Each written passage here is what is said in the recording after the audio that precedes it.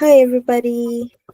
Thank you for joining so that you can learn a little bit about the journey behind EstiMate when we were building it with the team at B Design Studio. So, just a quick introduction of myself. I actually didn't make a slide to introduce myself. I overlooked that. I just assumed everyone coming knew me.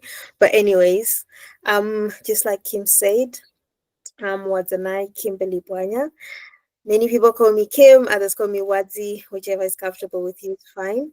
So I am a many things. I have a programming background, but I chose to rely more on design. That's where my strengths are. Yeah, and then I'm an entrepreneur at heart. So that's why I do many things, including UX and NB Design Studio.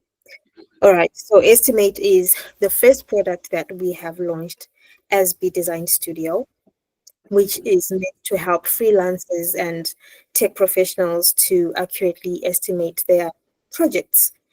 So what it's capable of doing is you can calculate your hourly rate, um, the cost for your UI UX design project, your web development project, and in the next month, it will be able to calculate for app development and graphic design. So app development encompasses mobile applications, web applications, and enterprise applications. So that module is underway right now. So this presentation, I'm focusing more on the product journey of EstiMate and less on the business side of it. So I'll start by talking about the problem discovery. So I've been in the tech space for a while now, and there have been constant questions, whether it be from the design community or from the software engineering community, where people are always asking, how do you price your work? And there's always back and forths and debates about what's the right way to price, why is it that for the same job you have someone charging $200 and someone charging $2,000? How do you justify that to a client? So you'll see here I've put snippets of conversations that have happened over the past 3 years. So this was a problem that I'd always identified to say, okay, this needs to be solved, because if you see the same questions coming up each and every year, it means no one has really addressed the problem appropriately. So that's how we discovered the problem. So the pain points we identified are: there's definitely uncertainty in the right way to price. There's no standardized pricing model. That's why you have such discrepancies without any justification on how people are pricing their work. And also, people are not accounting for their time and effort properly. It's just they just think of the technical bits of the work they're putting into a project, but also forgetting, the other underlying things. If you're paying rent and utilities wherever you're doing your work from, you need to account for those and coming up with your hourly rate. So it's those little things, your transportation and all that, they need to be factored into your hourly rate, so that when you charge a client, you feel it's a fair price and the client also feel it's a fair quotation. That brings in the last point about lack of transparency to clients, because if someone approaches you wanting a quotation and you give them a $8,000 quotation and you can't justify it, it becomes a problem. So that's where the lack of transparency comes in. So now that we discovered the problem, research needed to be done to actually validate whether this is an issue that needs to be solved or not. So the first thing we did were surveys, right? And the findings were that many freelancers, they rely on trial and error for pricing. And rookies, someone who's still new to the tech space, they tend to undercharge. And this is also a personal experience.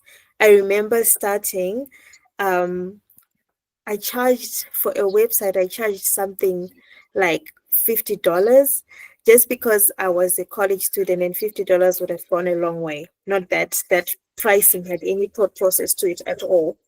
Um, Also, hidden costs are often overlooked.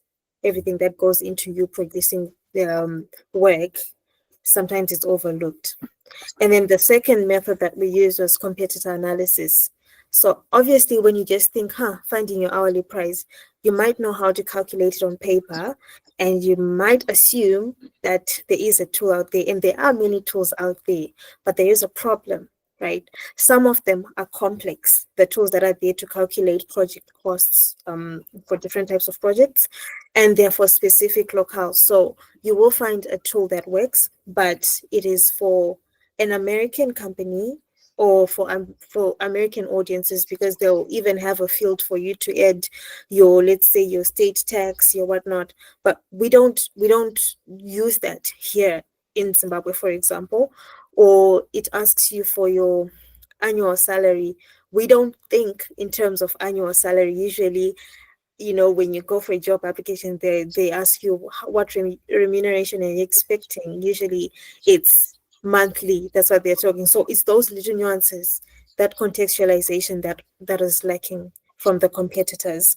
And there isn't a tool, aside from only found one competitor who had both hourly calculations and project pricing on one platform. But again, it wasn't ideal for our type of situation.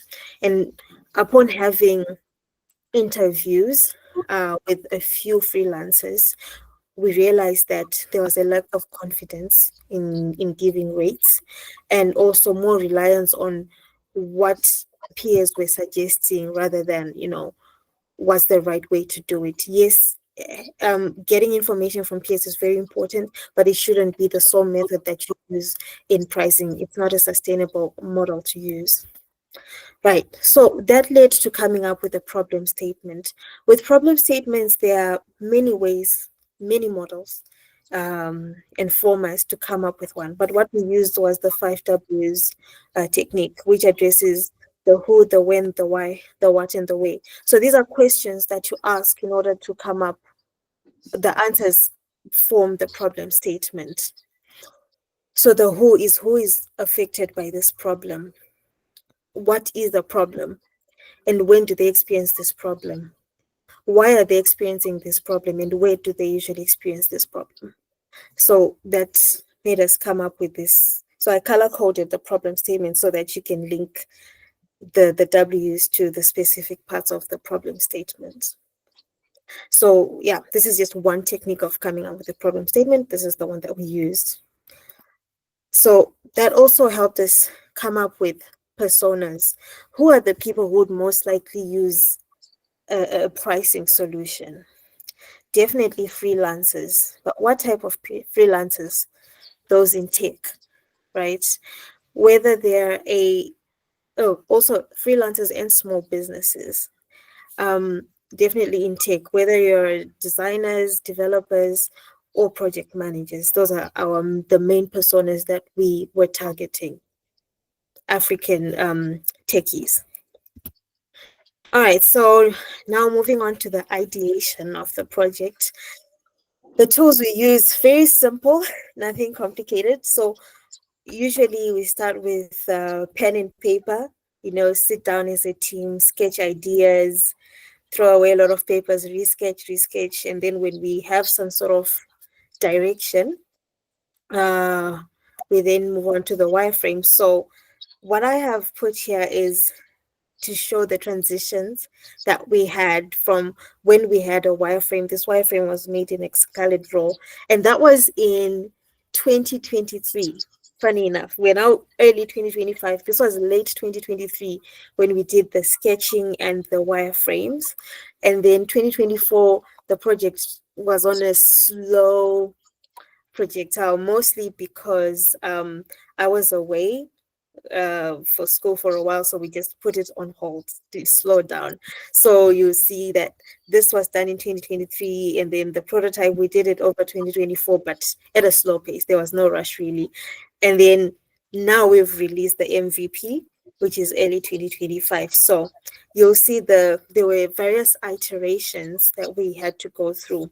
So for example, we started with a multi-step form. If you see from the wireframe there, where you had press next, back next for every question that it asked.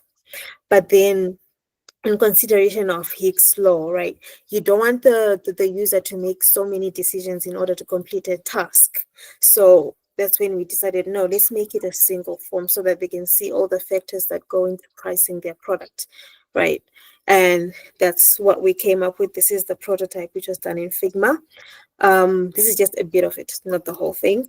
So as you can see from the prototype, we had a drop down for the currency where you could, because initially we wanted to have the US dollar, South African rand, rand and shilling, the, what do they use in Nigeria? The naira and the Kenyan shilling. Yeah. The rand and franc, sorry, and the Kenyan shilling. We wanted those as the default currencies since this is supposed to be a Pan-African product. But we then decided to focus more on the MVP. So we stripped down some features and we're like, okay, these will be for a later version of the product. Right.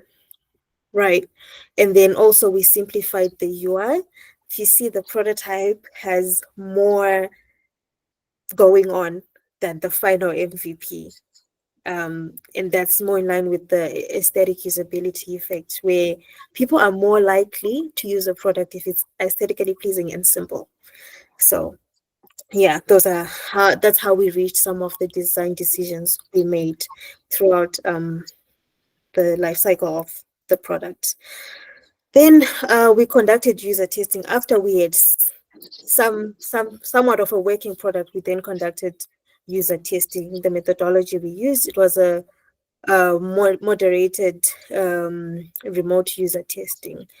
What does that mean? It means there's a facilitator who is monitoring the behavior of the participant as they're testing the tool, and they're also taking notes. And then we came up with the testing protocol. What this means is you clearly define the goals of your testing. You don't just call people and say, hey, test this app. You need to come up with a clear goal. Why are we doing this? What outcomes are we hoping to get, right? And then in that protocol, we define the recruitment strategy. How are we going to find participants? What platform are we going to do the testing on? How are we going to screen the potential participants so that we get the right ones? And how are we going to compensate people for their time?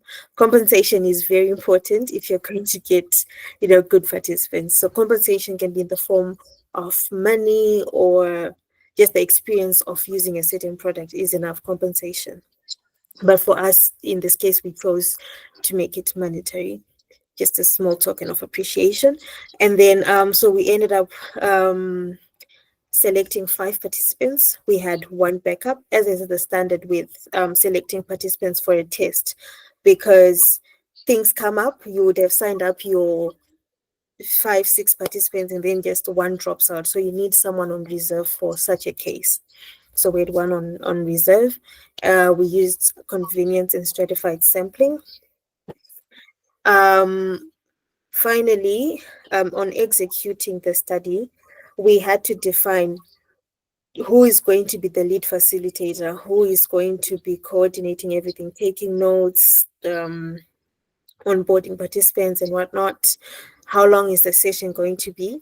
What questions are we going to ask? What tasks have to be performed by each participant?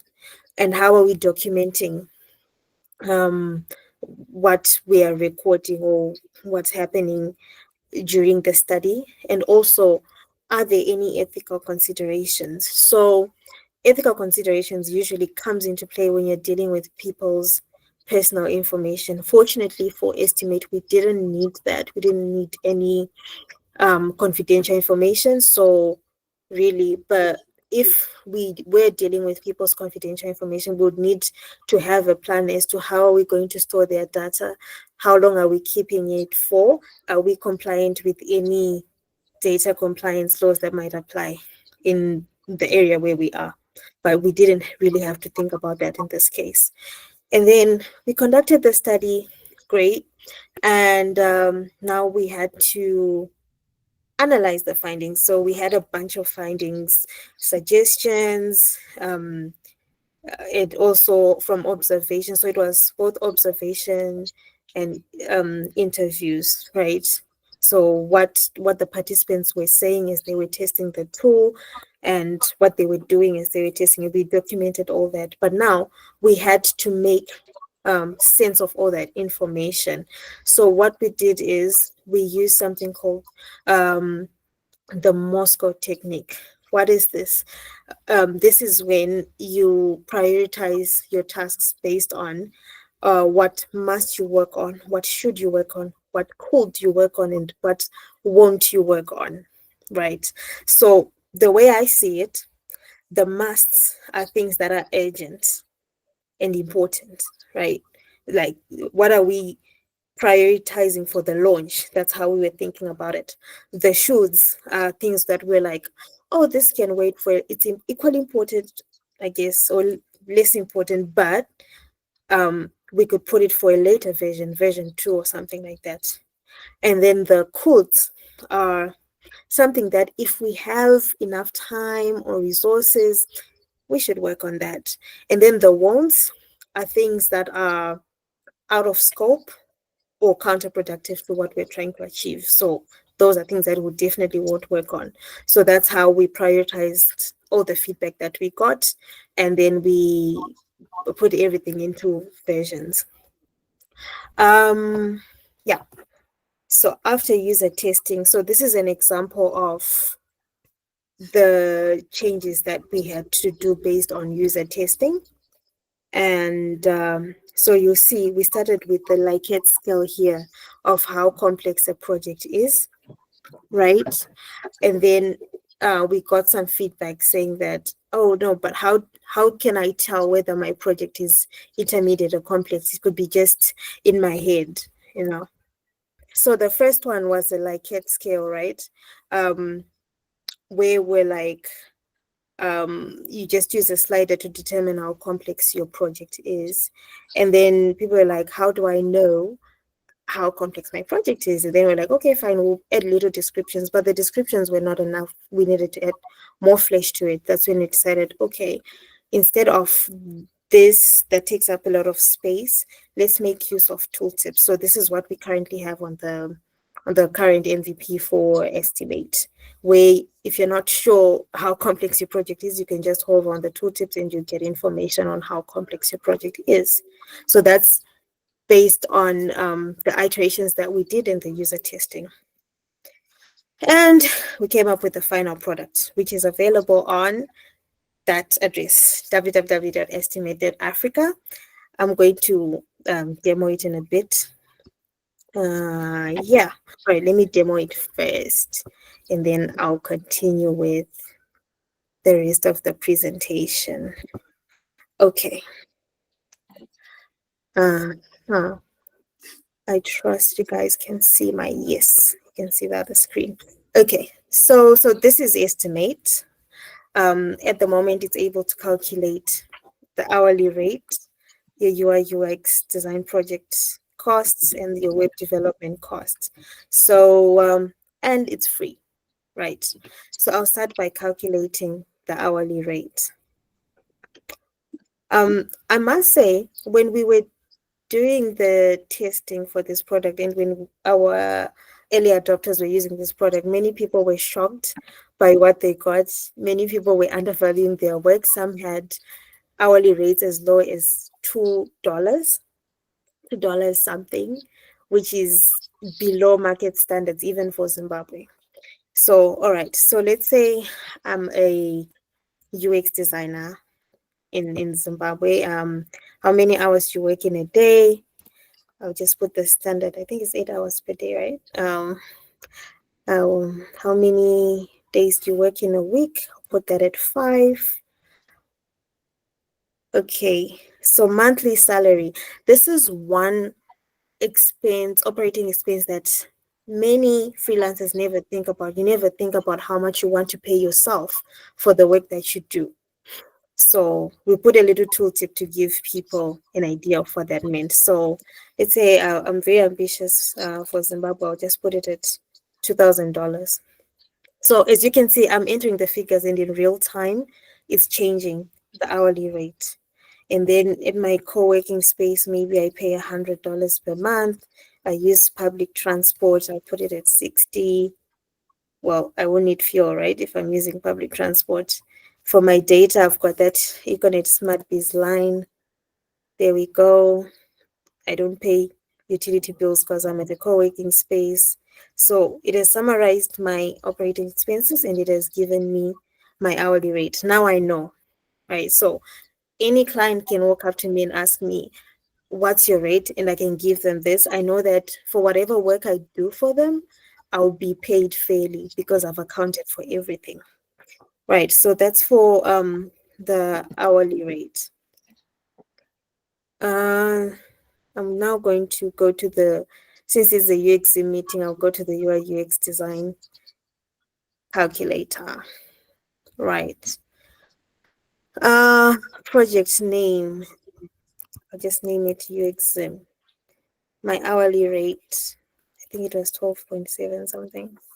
But if I've forgotten, I can just go back and calculate. As you can see, there's a button there. I need to account for project-specific expenses. So remember, in the hourly rate, I accounted for my operating expenses. But then there are some expenses that are specific to a project. If you need to pay for your Figma license, I'm not sure, I'll just put that at $20. If you need to pay for, let's say, Maze, I'll put it at 40, the user testing tool. Or if you have any other expense that is specific to you, I'll just write something else. I'll put it at 50. Again, you can see the changes are reflecting in real time there. How many screens is this? So based on what the brief that you get from the client, you can then enter how many screens you think this project will be. How complex is the project? From the brief I would have read and from my calculations, I assume it's a moderately complex project. How many hours do I need to spend on this? Let's see, 11 to 15 screens. I don't know. I'll just give it 40 hours. That's a whole week, I guess. And how excited are you about this project? Very excited. Am I running out of time? No, I'm saying you're very excited. It's a UX Zoom project. Yeah. Okay, so yeah. Oh, very excited. I'm enthusiastic. Yeah. Because the excitement that you have towards a project is very important. Hey.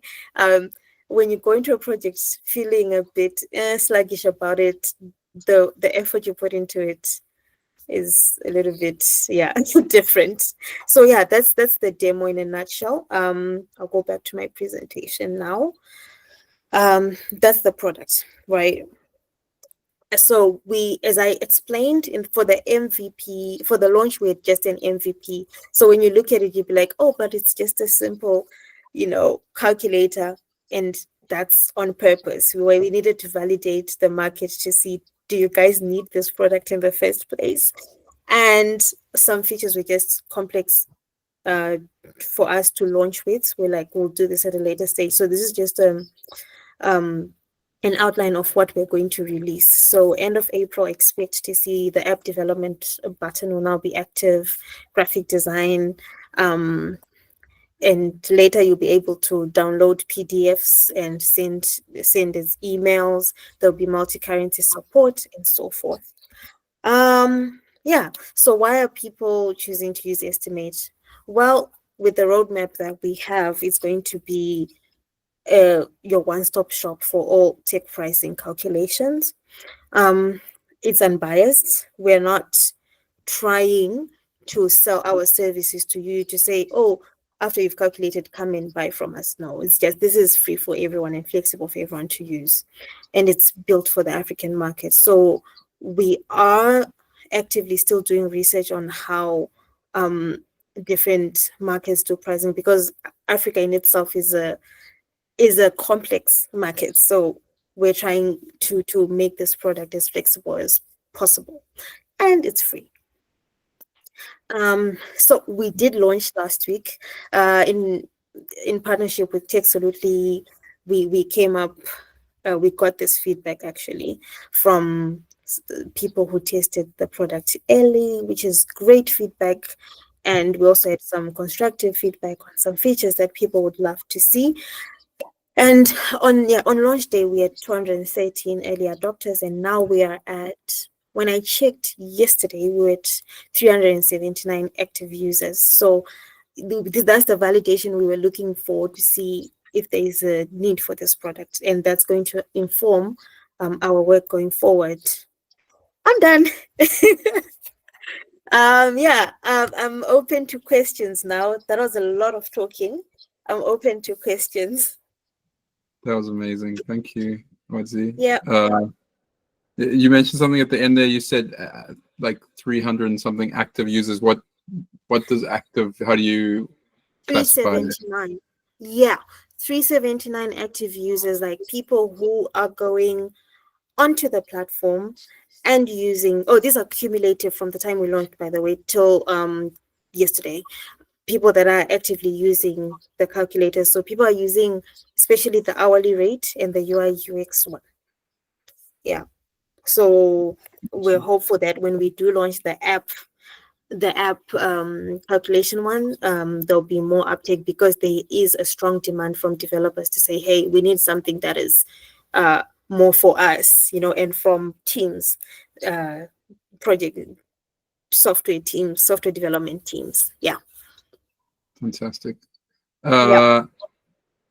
Yeah, it's amazing for me just to see this, because I saw it before you launched, and there's already some changes that have made it look even better than it was back then, and so I'm excited to see how you kind of continually improve it.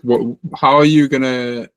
I guess you've got like some kind of way of seeing how people are using it, or like what's your plan for like continuously improving it? How are you going to get feedback? What are your channels for getting feedback on it? Okay, so firstly, we have analytics set up, so we do see the users, the platforms they're using, how they're using it, and we are planning on having even heat maps to give us more insights on how exactly people are navigating the website. And for the iterations we're going to have, the more features we're going to add, we are going to have more user testing at every stage, because we are given direction by our users, obviously. And a focus group is in the pipeline as well, just to have a deep understanding of what people want and how they would want to have it. Awesome. Yeah. And like after calculating in the app, is there a way to show like that breakdown of the pricing? Is there a way to? Yeah. Do people just like take a screenshot, or is there a way to export that? Not yet. Okay. So let me share this. So far, it just gives a summary.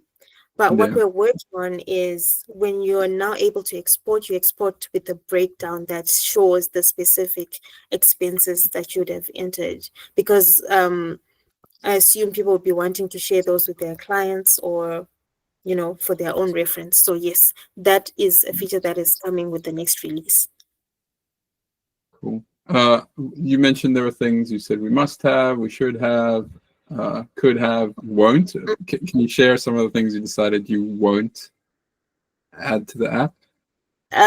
Okay. Just hold on. Let me open our where we did our Moscow prioritization. Then I'll just read it out to you guys. Just a moment. I think there were like 3 items that we said we won't do. Okay. Because it's kind of a hard thing to do, right? Because a lot of stuff is just like, oh, this is exciting. Like having yes, that is true. So prioritization kind of forces you to say, no, this we won't do. All right. So there is one. Let's see. Oh, Okay, someone suggested having a freelancer marketplace where Mm, business owners can request for pricing, uh, and they can view a list of people available to do the job.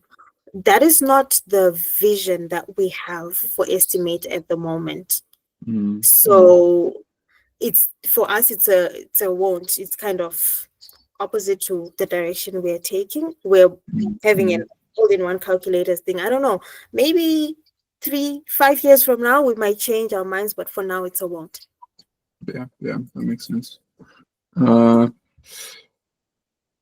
all right, and then I like the that. What made you decide to? Well, I guess you touched on it a bit about like needing to be excited about a project and rating that at the end of the app. Uh, Mm-hmm. what you didn't show people is what happens when you say you're not Right. excited. Right. Okay. I think it'd be great to share. Okay.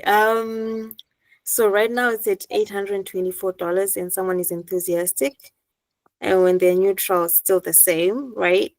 But when you're not that enthusiastic, there's a little premium, just to Yeah, give you yeah, that I that like boost. that. So it's a little bit, it's not too much to affect the whole. It's not like it has jumped to $1,000. No, it hasn't. It's just Yeah, that's like a $10 increment to the quotation, just to give you that little bit of a boost to say, come yeah, on, it's like a little nudge, because yeah. your I like motivation matters when you're working on a project. Yeah. yeah. And I think it's that little feature there is just a delightful feature. Like sometimes it's nice. You probably could have got away with not having that, like in Yeah. terms of your Moscow thing, but sometimes it's nice just to add something that's a little bit delightful that makes it kind of special. And I think that's what you've done there. So Thank you. that's great that you got that. Uh, Cool. I want to open it up, but we've still got time to anyone else that has any questions. Yeah. Fire away. If you want to raise your hand or just unmute yourselves. Danielson, go ahead. Hi, Kim. I mean, both of you are Kim, right? Hi, Donaldson. Oh, and hi, I'm all right. This is not a question really, but it's more like, can I also apply to be in the focus group? Oh. Oh, well, what we'll do, usually we send out advertisements when we're recruiting for participants. So I'll make sure that the poster is shared in the UXM group when we are doing that, so that everyone gets a fair chance. But thank you for expressing interest. All right, thank you very much. Because really, I wanted to participate in the like when you're doing your research or some, user Ah, research. I really wanted to be part of that, so I think I can be part of the focus group. Okay, thank you. all right, all right. I'll make sure it's shared in the group. Yeah. Or any other questions? Is there I see Taboka? Go Kawai. ahead. Yeah. Oh yes, oh yes. Hi Kim, hi Watanabe. So my Hi. question is, will the app remain free in the future? Are you going to introduce something premium, or there are no plans for that? And then the second question was, how did you integrate the Illustrator? I saw on your tools you said you use Illustrator and Mhm. Figma, and how did you use those tools effectively, both of them? Yeah, so Mhm. those are my two questions. Okay, I'll start by answering your first question. The Illustrator was more for the branding. So the logo, the brand guidelines, we just came up with those in Illustrator, and then we started working in Figma. And then to answer your second question, yes, the core features are going to be free forever. But if we get to a stage where we are adding more complex features that require more resources, so let's say hypothetically, at some point we start adding some AI agent that does something amazing there, that uses a lot of resources that might not be sustainable if we keep it free. Maybe features like that might be paid for. But for now, for the next two releases at least, stuff is free. Thank you. Thank you. Yep. Any more questions? Did you just work on this yourself, or have you got No. teammates? Yeah. No, it's a team. It's a team. One of us is here, Brendan. Yeah, it's a team of enthusiastic people working on this. I think if I was working on it alone, the release would have come out in 2028 and it would have been too late. Yeah. And so what were the different roles? How do you break down the team? Okay, so at the moment, it's just 4 of us. We have a UI designer, we have a web developer, we have an administrator, and we have myself who is a little bit of everything, but I'm more of product manager in this case, more of product manager and part of web dev as well. Like I dabble in everything depending on what needs to be done, which is the case with small teams, you know. You wear many hats. So that's our team. Yes, I saw someone commented, Brendan, please say hi. I know he doesn't like talking, but Brendan, please let people know you. Hi everyone, this is Brendan. I mainly do web design at Big Design Studio. Hey, Brandon, Yeah. thanks. Nice to meet you, Brendan. Thank you for introducing yourself. And thank you for the very good application. Thank you so much, team. Thanks, Maxamo. Tay, Dylan has a question. Do you want to go ahead? Hi Kim, hi Wadzanai. Hello. It's not really a question, but you know, it's more of a comment. Mhm.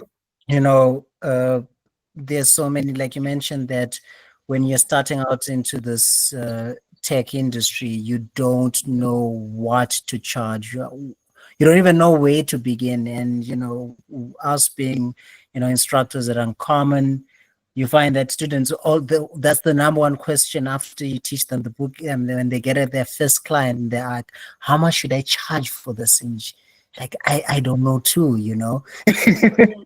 But Yeah. like you have solved that, and you know, with the Blauai bootcamp ending in a couple of months, like I think the next 2-3 months, Mhm. this is going to be their go-to. All I'll be saying is like, guys, I've used EstiMate before you even ask me if this is okay. So, that solves a whole lot of problems right there. Right. Yeah, but Right. I'm really in love with this, and I think I'll be also using it for my own, you know, work. Amazing job here. Like Thank absolutely you. amazing. I'm overjoyed about this. Thank you so much, Tay. I'll just add on to that. So I think EstiMate hasn't necessarily solved the issue of pricing yet, but it has started the conversation. Now people can have candid conversations to say, hey, you are charging $5 per hour. What's your reason? You know, or if someone says they're charging 100 an hour, what's the reason? People can now have candid conversations. We can now standardize our industry so that people are not undervaluing or overpricing their work.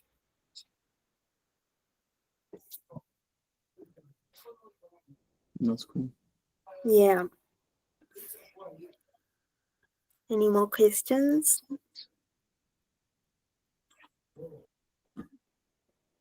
Any advice you'd give other agencies or freelancers who are trying to build their own product?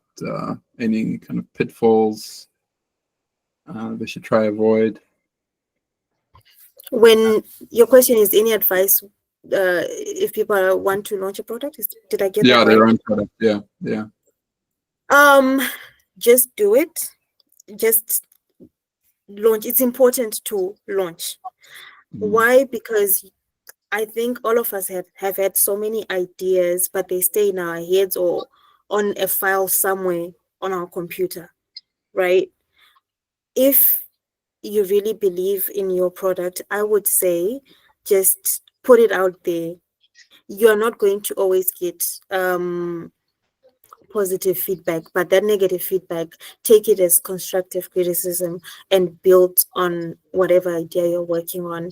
Honestly, when we started EstiMate, I was quite sure that no one has done this, but look, we've launched and we've been proven wrong that no, people actually want this. It's not even that powerful, as powerful as we want it to be. It's going to get there, but people are happy with what it is now. So I think my greatest advice is just launch it. Like, yeah, go for it. Don't hold back.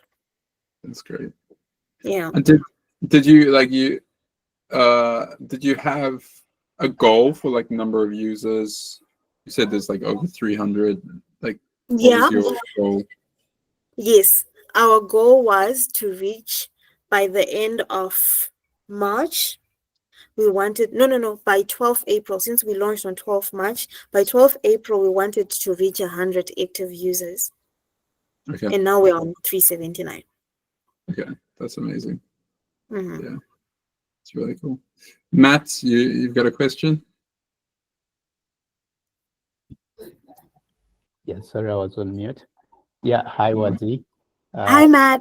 Yes, thanks for this application. I think it's gonna go a very long way in helping other people, price correctly. I just have a question around, the last option that you have there.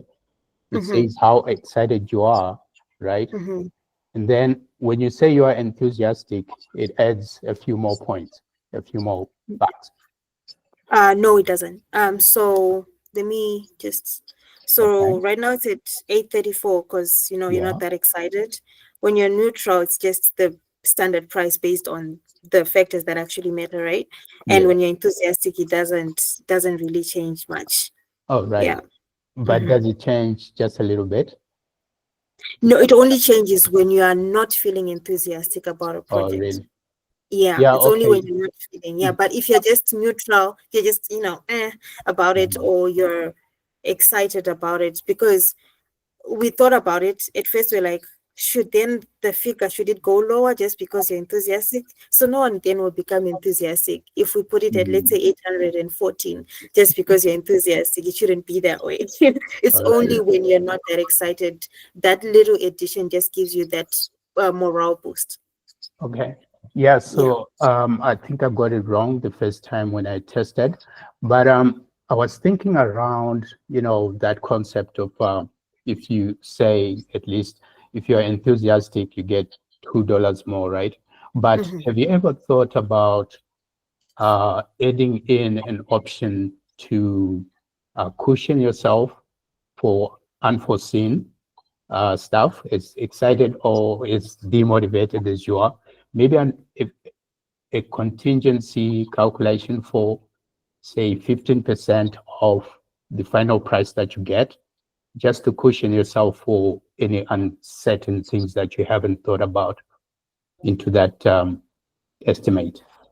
To be frank with you, we didn't really consider it. We're looking into it for the app development module, but I think it's worth looking into, because there are times when you might, let's say, get into a situation with a client and you end up using more resources than you had Yeah. accounted for, and you need that cushion.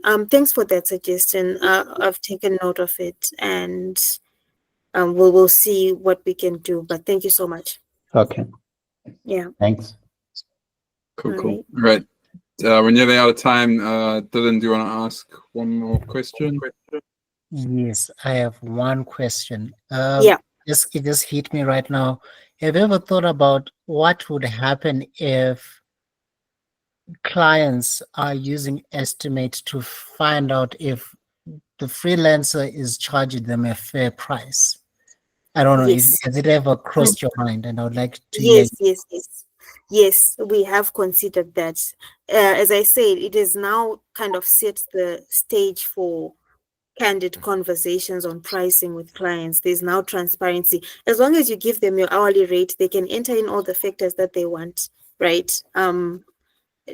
right? If they come to EstiMate and you tell them, hey, you need to buy this license, you need to, I don't know, pay for this module, you need to do this, and you give them the actual links to the modules, it's not like you charge double the price, right? Unless if you're just an unscrupulous person, but right, you add whatever expenses they can add themselves as the client. You've given them your rate.